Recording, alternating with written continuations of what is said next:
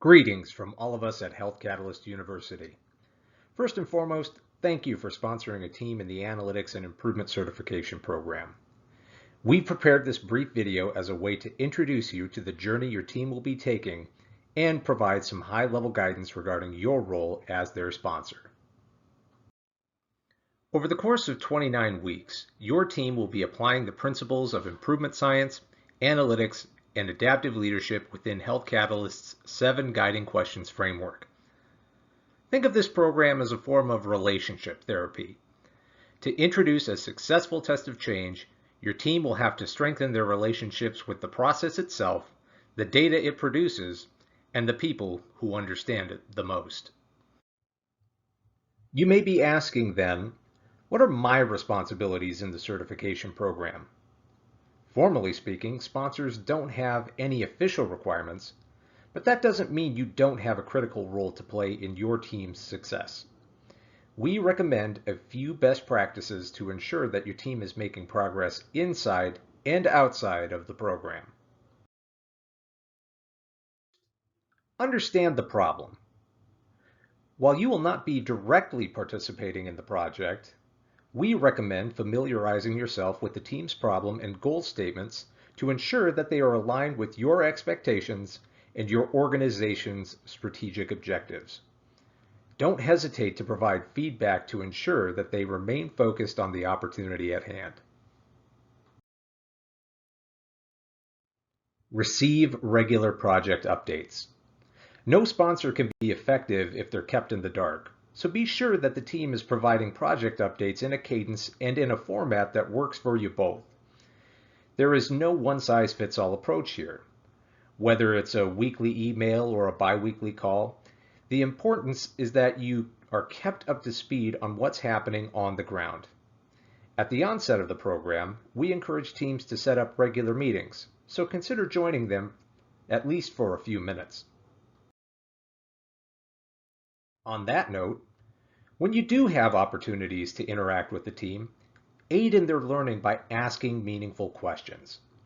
For instance, if the team presents you with project documents like a process map or a control chart, challenge them to share the insights they acquired in the creation of those deliverables.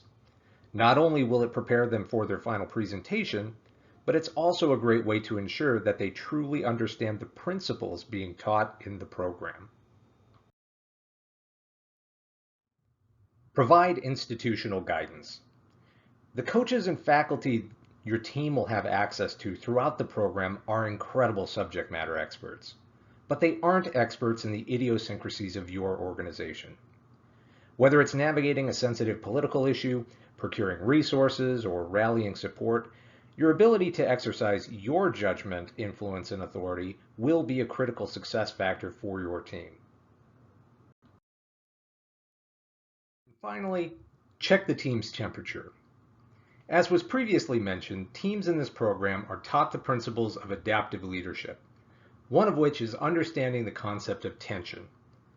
In short, people can find themselves in one of 3 zones at any given moment: understimulated, overstimulated, or within the productive range of tension.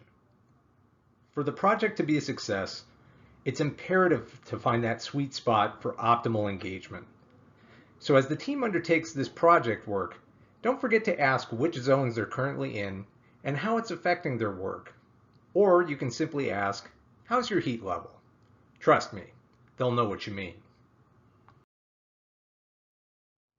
We'd like to leave you with one final thought as your team begins their certification program journey.